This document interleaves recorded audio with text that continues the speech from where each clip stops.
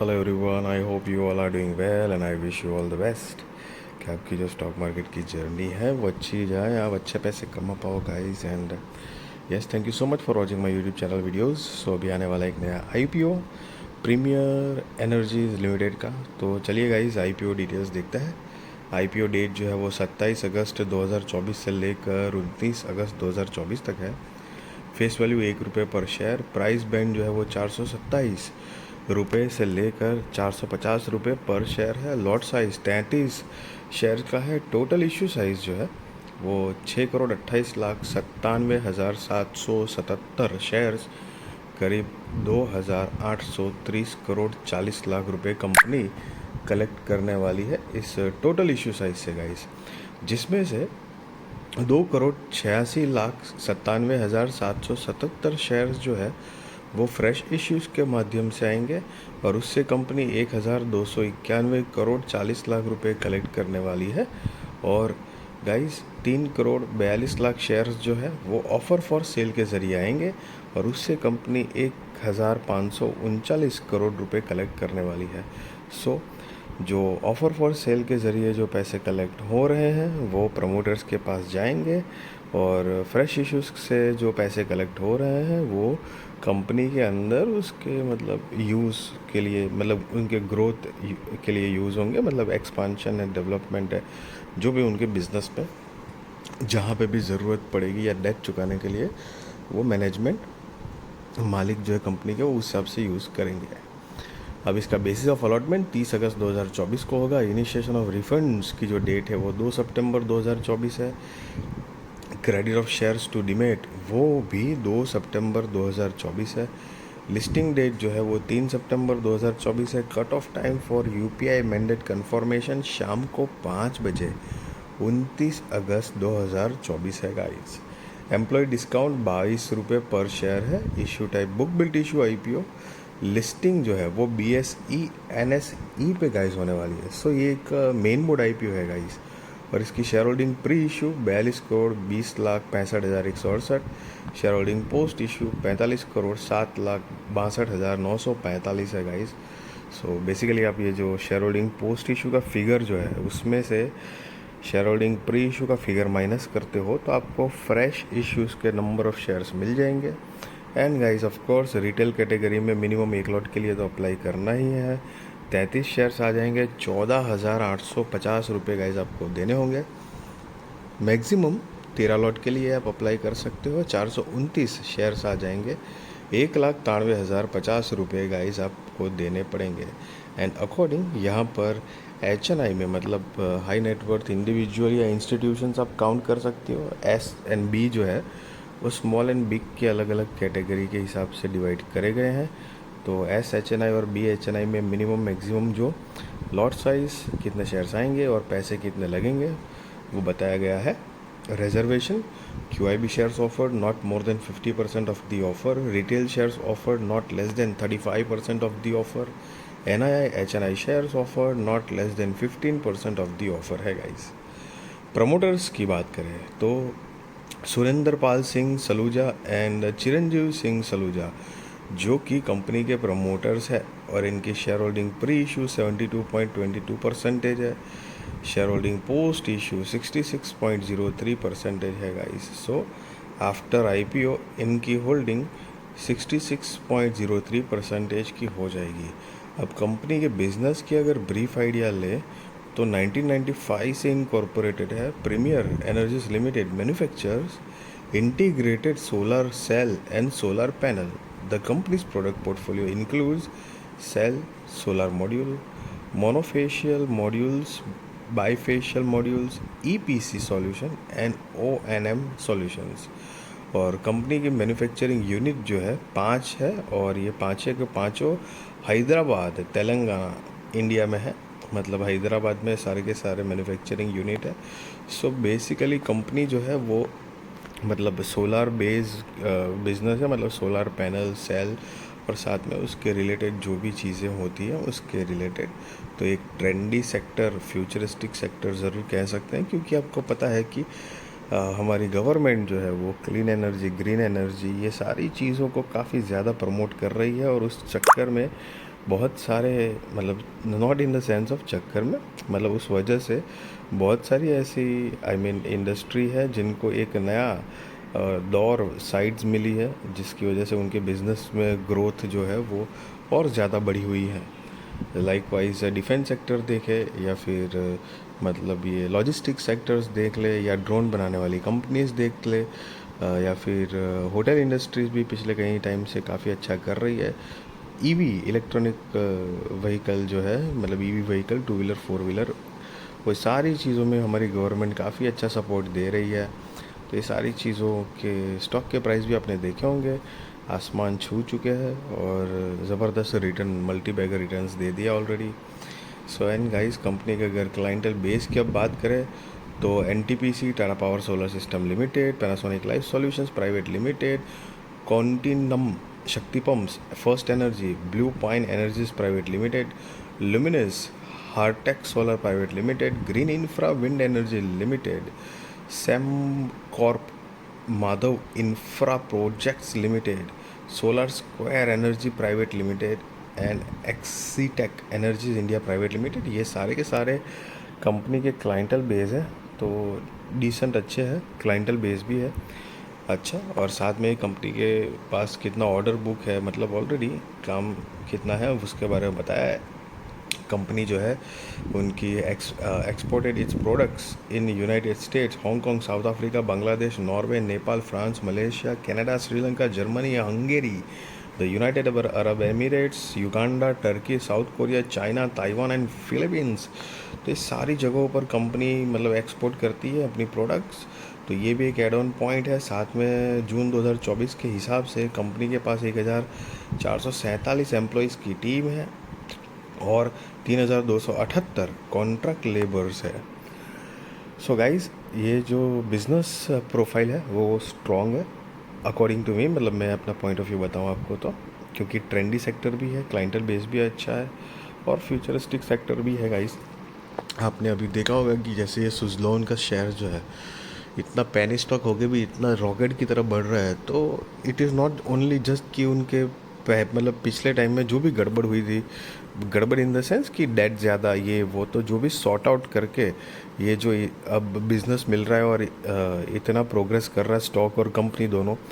Of course company progress करेगी तभी stock बढ़ेगा, लेकिन कहने का मतलब है तो विंड पावर जो है बेसिकली उनका, तो विंड मतलब गवर्नमेंट जो है वो उससे भी प्रमोट कर रही है, मतलब प्रमोट माने बढ़ावा दे रही है कि ये सारी तरह की एनर्जीज़ को हम ज़्यादा से ज़्यादा यूटिलाइज़ करके प्रोड्यूस करें। और ये सारी चीज़ों की वजह से उनको भी, तो ये काफ़ी बढ़िया ट्रेंडी सेक्टर्स में से एक है डेफिनेटली।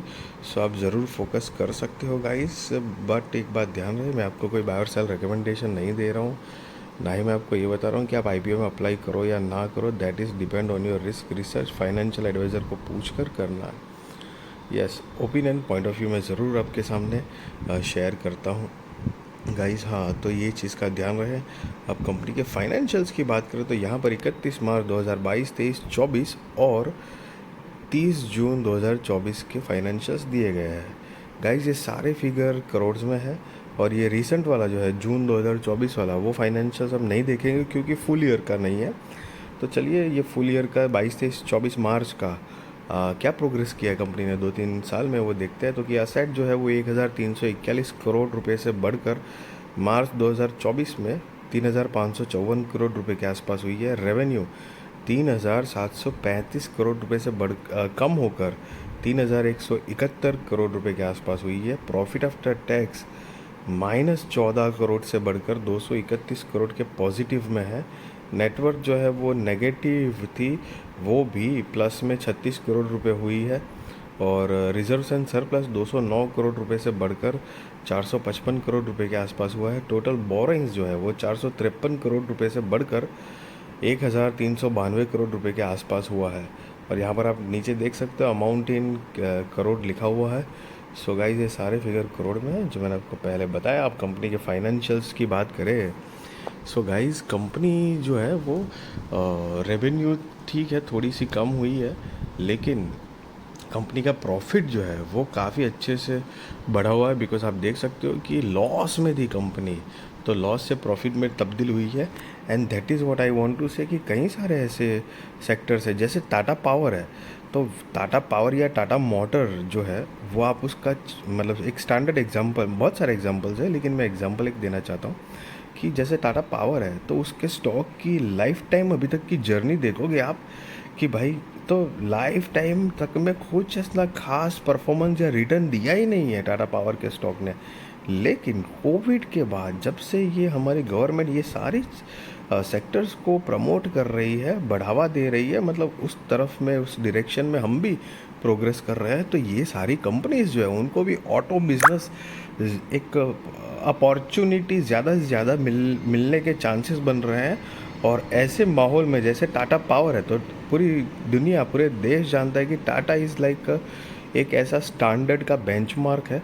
तो ऐसे टाइम पे आपकी इमेज, आपकी क्वालिटी, आपका पहले से जितना आपने बनाया हुआ है, इतनी बड़ी मतलब ह्यूज, मतलब जायंट उन्होंने जो जहाज़ बनाया हुआ है उनका, तो इस चक्कर के हिसाब से उनको बिज़नेस मिलना इजी हो जाता है क्योंकि ट्रस्ट लेवल है कि मतलब Tata means trust like that. तो उस हिसाब से ये सारी कंपनीज जो है वो भी ये बढ़ते हुए मतलब प्रोग्रेसिव फ्यूचरिस्टिक ट्रेंडी, स्पेशली तो ट्रेंडी बिजनेस के हिसाब से उनको काफ़ी फ़ायदा हो रहा है। और ये जो आप देख रहे हो पिछले कोविड के बाद बहुत सारे स्टॉक्स जो है, डिफेंस कह लो या लॉजिस्टिक कह लो या फिर ये ड्रोन बनाने वाली कंपनी कह लो, पावर के ले लो, एनर्जी के ले मतलब ग्रीन एनर्जी, क्लीन एनर्जी के ले लो, कुछ दूसरे जो स्टॉक्स, आईटी तो खैर वो तो आईटी तो ऑल टाइम एवरग्रीन टाइप की बिजनेस सेक्टर्स है, तो वो तो अलग ही बात हो गई।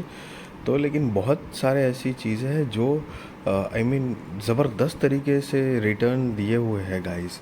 सो these are the things you should be focus. But लेकिन याद रहे कि अच्छी कंपनी, अच्छा बिजनेस कंपनी का क्या है क्या नहीं, सारी चीज़ें चुन कर देखना चाहिए। ऐसा नहीं कि क्योंकि कई बार ऐसा भी होता है कि जैसे पावर के रिलेटेड बात करें या एक एग्जांपल, तो बहुत सारे ऐसे पेनी स्टॉक या वो होंगे। अब पेनी स्टॉक की प्रॉब्लम नहीं है, बट एक्चुअली कंपनी के अंदर कुछ पोटेंशियल दम तो होना चाहिए। वो सिर्फ रैली कभी कुछ स्टॉक्स ऐसे होते हैं वो रैली सिर्फ इसलिए पकड़ते हैं कि जैसे कि मतलब ट्रेड विद द ट्रेंड वाली जो कहानी नहीं सुनी आपने, तो वो भी उस टाइप का कर लेते हैं कि भाई हाँ अभी पावर पावर पावर पावर चल रहा है, ग्रीन एनर्जी क्लीन एनर्जी चल रही है, तो एनर्जी वाले स्टॉक जो है मतलब रद्दी टाइप का मतलब कुछ इतना पोटेंशियल नहीं है, लेकिन फिर भी हम भी भगा लेते हैं। लेकिन फिर जब सही टिकने की बारी आती है तो नहीं टिक पाते हैं। एक रिसेंट एग्जाम्पल मैं आपके साथ शेयर करना चाहूँगा। GVKPIL करके एक शेयर है, इंफ्रा एनर्जी समथिंग लिमिटेड करके।